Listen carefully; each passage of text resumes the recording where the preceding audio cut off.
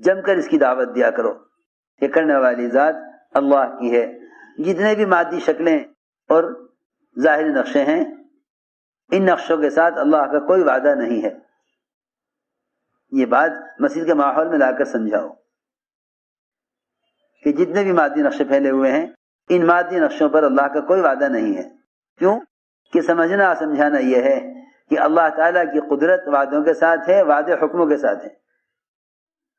اللہ کی قدرت وعدوں کے ساتھ ہے, وعدے حکموں کے ساتھ ہے. یہ قدرت وعدوں کے ساتھ ہے, وعدے قدرت وعدوں کے ساتھ ہے, وعدے حکموں کے ساتھ ہے. نظام کائنات پر اللہ کا کوئی وعدہ نہیں ہے. نظام کائنات پر اللہ کا کوئی وعدہ نہیں ہے, کوئی وعدہ نہیں ہے. کیونکہ نظام کائنات قدرت سے بنا ہے, قدرت سے بن کر قدرت کے تابع ہے.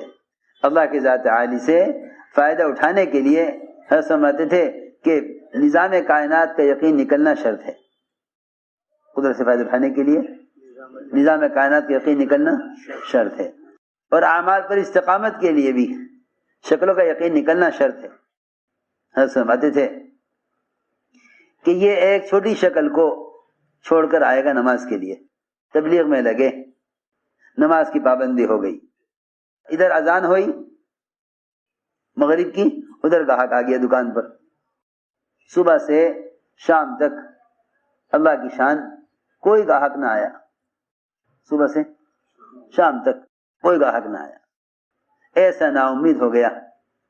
کیونکہ جب آدمی سوچ لیتا ہے نا کہ میں اپنی کوشش سے کما رہا ہوں, اپنی کوشش سے کما رہا ہوں. ایسے بھی لوگ ہیں جو سوچتے ہیں کہ اگر زیادہ وقت دیں گے دکان کو تو زیادہ آمدنی ہوگی, دکان کو زیادہ وقت دیں گے تو زیادہ آمدنی ہوگی, کم وقت دیں گے تو کم آمدنی ہوگی. یہ نہیں معلوم کہ اللہ کی ذات کے ساتھ تعلق پیدا کرو تو اللہ تعالیٰ چاہیں گے گاہک کو لائیں گے, چاہیں گے تو بغیر گاہک کے رزق دیں گے. ہاں. ایک صحابی نے آ کے شکایت کی, جو ساتھی مسجد کو وقت دیتے ہیں نا, ان کے پارٹنر اور شریک ان سے ناراض ہوتے ہیں, ان سے ناراض ہوتے ہیں کہ بھئی ہماری طرح تم کیوں نہیں کماتے.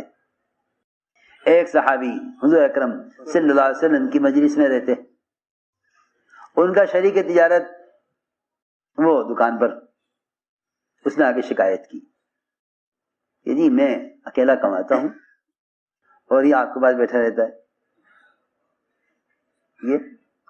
یہ آپ کے پاس بیٹھا رہتا ہے, میں اکیلا کماتا ہوں. تو آپ نے فرمایا دیکھ تجھے دکان پہ جو رزق مل رہا ہے وہ اس کی وجہ سے مل رہا ہے جو میرے پاس ہے. حدیث میں فرمایا ہے کہ مسجدوں کو آباد کرنے والوں کے دنیاوی کاموں میں فرشتے مددگار ہوتے ہیں. یہ آدمی میرے کام میں لگا ہوا ہے, فرشتوں جاؤ تم اس کے کام کو دیکھو. اب یہ یقین کام کرنے والوں میں سے ختم ہو رہا ہے, یہ یقین ختم ہو رہا ہے. میں نہیں کہتا کہ تم تجارت نہ کرو, میں نہیں کہتا کہ تم دکان چھوڑ دو. موسیٰ فرماتے تھے تجارت اور مشاغل اور اپنے گھر والوں کو بالکل چھوڑ دینا مجاہدہ نہیں ہے, یہ رہبانیت ہے, اور اسلام میں رہبانیت نہیں ہے.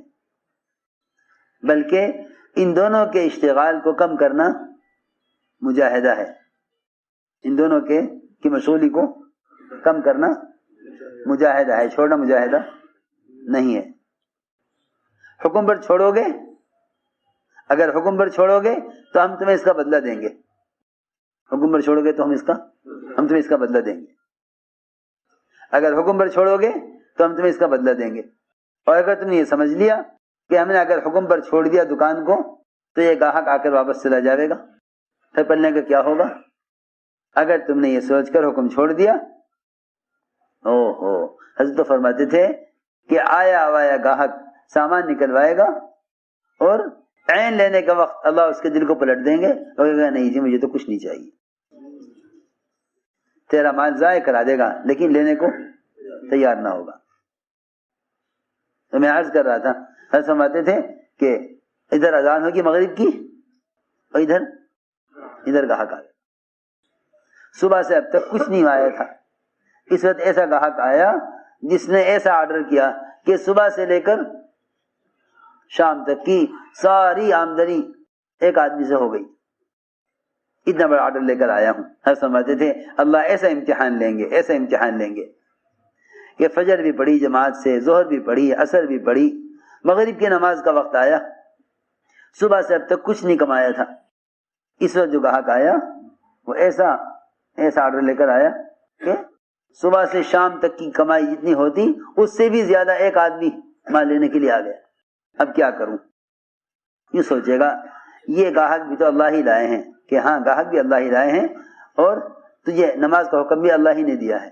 وہ دیکھنا چاہتے ہیں کہ میرے طرف سے آنے والے سبب کو میری طرف سے آنے والے حکم پر چھوڑتا ہے یا نہیں. یہ بات ہے اب دیکھنا ہے.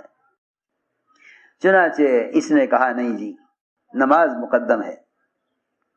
گاہک نے کہا میں دوبارہ نہیں آؤں گا. کہ نہ آؤ لیکن میں نماز سے پہلے نماز نہیں چھوڑ، چلو نماز کے لیے چلو، نماز کے بعد دے سامان لینا، نماز کے بعد آؤ، اب نہیں. دیکھنے والے کہیں گے یہ ہے ایمان والا. حضرت فرماتے تھے کہ فرائض کے مقابلے میں، فریضے کے مقابلے میں اگر تم نے دکان چھوڑ دی ہے تو کون سا کمال کیا؟ کون سا کمال کیا؟ یہ سمجھے گا کہ یہ ایمان کی آخری حد کو پہنچ گیا. سنو تو صحیح حضرت کی بات. حضرت فرماتے تھے کہ یہ دکان چھوڑ کر نماز کے لیے آ گیا. چھوٹی شکل کو چھوڑنے میں کامیاب ہو گیا نماز کے مقابلے میں. اللہ تعالیٰ اس پر بھی نہیں چھوڑیں گے کہ ہاں یہ ایمان والا بن گیا، بلکہ اللہ تعالیٰ اس سے بڑی آزمائش لاویں گے. اللہ اس سے بڑی آزمائش لاویں گے. یہ جا رہا ہوگا نماز کے لیے، جیسے ہی مسجد کے دروازے پر پہنچے گا ادھر سے خبر آئے گی کہ تمہارے ملک کے وزیر اعظم تمہارے گھر پر آ گئے ہیں، تمہیں فوراً بلا رہے ہیں. فوراً بلایا ہے. ہم سمجھتے تھے اگر دل میں ایمان ہے تو یہ کہے گا کہ اللہ نے بلایا ہے، ہم اللہ کی طرف جا رہے ہیں. وزیر سے کہہ دو اگر اللہ مطلوب ہے تو کلمہ پڑھ کے مسجد میں آ جائیں، اگر اللہ مطلوب نہیں ہے تو انتظار کریں، ہم نماز پڑھ کر آئیں گے. صاف سمجھتے تھے کہ اللہ کی بادشاہت کا انکار کر دے گا اگر وزیر کے بلانے پر چلا گیا. کیونکہ مسئلہ نماز جماعت کی نماز کا نہیں ہے کہ بھئی جماعت کی نماز سنت ہے، جماعت کی نماز سنت ہی تو ہے. اب تو وزیر نے بلایا ہے، سنت چھوڑ کر تو جا رہا ہوں، فرض تو نہیں چھوڑ رہا، قضا نہیں ہو رہی ہے، وزیر سے مل لوں گا بعد میں پڑھ لوں گا.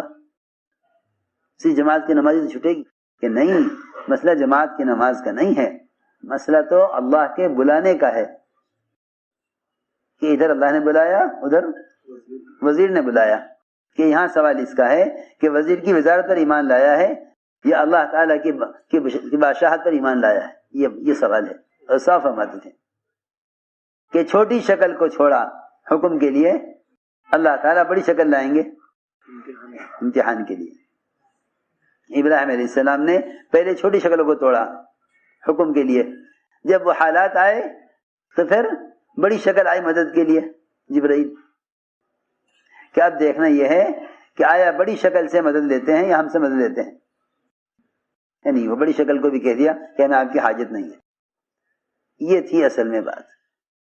اس لیے ہمارے گشتوں کا موضوع یہ ہے کہ مسجدوں میں ایمان کے حلقے قائم کرو اور یہاں غیب کے تذکرے کرو تاکہ نماز یقین پر آوے. نماز سمجھتے تھے نماز پر یقین لانے کے لیے مادی شکلوں کا انکار کرنا پڑے گا. اگر مادی شکلوں کا انکار نہیں کرے گا تو نماز کو چھوڑ کر شکلوں کی طرف جائے. اس لیے فرماتے تھے اللہ کی ذات عالی سے براہ راست فائدہ اٹھانے کے لیے کائنات کے یقین نکلنا شرط ہے. کائنات کے یقین نکلنا شرط ہے. اللہ کی قدرت سے استفادے کے لیے کائنات کے یقین نکلنا شرط ہے. یہ ہے کہ نماز کو پہلے یقین پر لاؤ. نماز کو پہلے نماز کو یقین پر لاؤ. عجیب حظ کی بات ہے. اللہ اکبر. فرماتے تھے کہ تیرے معمول میں تو سبب اور عمل جمع ہو سکتے ہیں کہ آدمی ایک وقت حلال کمانے میں ہے اور ایک وقت نماز میں ہے، لیکن یقین میں نماز اور سبب یقین میں جمع نہیں ہو سکتے. میری بات توجہ سننی پڑے گی بہت. یقین میں جمع نہیں ہو سکتے. ہائے ہائے, یقین میں دونوں جمع نہیں ہو سکتے کہ اسباب بھی یقینی اور نماز بھی یقینی. نماز اور سبب یقین میں جمع نہیں ہو سکتے. اگر تو نے ذرا سا بھی سبب کو یقین میں درجہ دیا تو نماز نکل کر باہر ہو جائے گی کہ نہیں, میرا اس کے ساتھ گزارا نہیں ہے. جیسے سمجھتے تھے کہ سبب اور عمل یہ یقین میں جمع نہیں ہو سکتے. سبب اور عمل یقین میں جمع نہیں ہو سکتے. یہ مت کہا کرو کہ بھئی نماز بھی ہے اسباب بھی ہیں, نماز بھی ہیں اسباب بھی. یہ مت کہا کرو کہ نماز بھی ہے اسباب بھی ہیں. یہ مت کہا کرو, کیونکہ اگر تم نے یقین میں دونوں کو جمع کیا تو اسباب یقین میں باقی رہیں گے, نماز نکل جائے گی, نماز اس کے ساتھ شریک نہیں ہوگی. کیونکہ نماز یقینی ہے, اسباب غیر یقینی ہے. تو ایک چیز یقینی ہے غیر یقینی, یہ کیسے جمع ہو سکتے ہیں؟ یہ کیسے جمع ہو سکتے ہیں؟ میں حضرت کی بات نقل کر رہا. حضرت کے جملہ اسی طرح ہے کہ نماز اور سبب یہ دونوں یقین میں جمع نہیں ہو سکتے. اس لیے سب سے پہلے نماز پر یقین لانا ہوگا کہ ساری کائنات کے نقشوں کے مقابلے میں نماز یقینی ہے, اور ساری کائنات کے نقشے کے مقابلے میں بالکل غیر یقینی ہے. اگر اس پر یقین آ گیا نا تو ایک نماز کی ادائیگی کے لیے نظام کائنات کو روک دے گا. ایک نماز کی ادائیگی کے لیے نظام کائنات کو روک دے گا. جو عملوں کی طرف یقین سے بلاتے ہیں, نظام کائنات ان کے عمل کے تابع ہو جاتا ہے. سلیمان علیہ السلام کی عصر کی نماز کے لیے سورج کو واپس نکالا گیا, کیونکہ جتنی بھی اللہ تعالیٰ کی قدرت کی نشانیاں ہیں وہ اللہ کو سمجھنے کے لیے ہیں, چیزوں کو سمجھنے کے لیے نہیں ہیں. جتنی بھی قدرت کی نشانیاں ہیں وہ اللہ کو سمجھنے کے لیے ہیں, چیزوں کو سمجھنے کے لیے نہیں ہیں. جب تم چیزوں کو سمجھنے میں لگ جاؤ گے اور عمل ضائع ہو جائے گا تو مطلب یہ ہوا کہ پھر تم چیزوں کو سمجھنا چاہتے تھے, اللہ کو سمجھنا نہیں چاہتے تھے. ساری کائنات جتنا اللہ کا غیر ہے وہ صرف اللہ کے تعارف کے لیے ہے. جتنا اللہ کا غیر ہے وہ اللہ کے تعارف کے, سنو دھیان سے بات, جتنا اللہ کا غیر ہے وہ اللہ کے تعارف کے لیے ہے. سلیمان علیہ السلام لگے دیکھنے جو ہے گھوڑے, ایسے گھوڑے جو فضا میں اڑتے بھی تھے اور زمین پر دوڑتے بھی تھے اور پانی میں تیرتے بھی تھے. ایسے گھوڑے انہیں دیکھنے مشغول ہوئے اور عصر کی نماز قضا ہو گئی. سورج ڈوب گیا. اتنا غم. سارے گھوڑے کاٹ ڈالے کہ نہیں, کچھ نہیں ہے. کیوں؟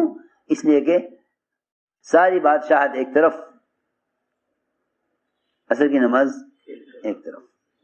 اتنا غم. اور چنانچہ اللہ نے اس غم اور فکر کی وجہ سے سورج کو واپس نکالا, یعنی عصر کی نماز ادا کی. پھر سورج غروب ہوا. یعنی مجھے تو آج کی اثر پڑھنی ہے اور ادا پڑھنی ہے تو سورج کو واپس لائی, مجھے تو اثر پڑھنی ہے. میرے دوستوں عزیزوں, میں اس لیے عرض کر رہا کہ جب تک نماز کو ساری مادی شعور کے مقابلے میں یقینی نہیں بناؤ گے, اس کے لیے مشق کرنی پڑے گی. اس کے لیے مشق کرنی پڑے گی کہ اسباب کو مؤخر کرو, ترک نہ کرو. مؤخر کرنا یہ صحابہ کا طریقہ ہے, ترک کرنا رہبانیت ہے. دونوں میں فرق ہے. اسباب ترک کرنے کا حکم نہیں ہے, مؤخر کرنے کا حکم ہے. اسباب کو پیچھے کرو, اعمال کو آگے کرو, مقدم کرو, یہاں تک کہ عملوں سے کامیابیاں نظر آنے لگیں. ایک صحابی نے عرض کیا نا کہ یا رسول اللہ, میں تجارت کے لیے بحرین جانا چاہتا ہوں. فرمایا پہلے 2 رکعت نماز پڑھ لو, کیونکہ حاجت کے پیش آتے ہی اگر پہلا قدم اٹھتا ہے عمل کی طرف تو قدم اٹھا اللہ کی طرف, اگر قدم اٹھتا ہے شکل کی طرف, سبب کی طرف, تو قدم اٹھائے اللہ کے غیر کی طرف. سیدھی بات ہے. حاجت کے پیش آتے ہی تو نے پہلا کام کیا کیا؟ سبب کا کیا یا عمل کا کیا؟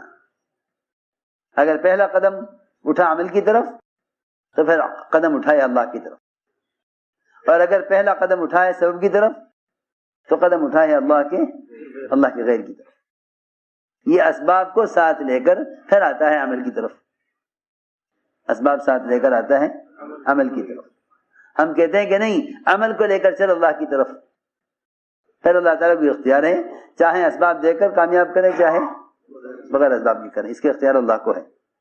اس طرح اعمال کی طرف یقین کے ساتھ بلاؤ اور اپنے عملوں میں کمال پیدا کرو۔ دیکھو نماز میں کمال پیدا کرو، نماز میں کمال پیدا کرو، کیونکہ دین کا کمال نماز کے کمال میں ہے، دین کا کمال نماز کے کمال میں ہے۔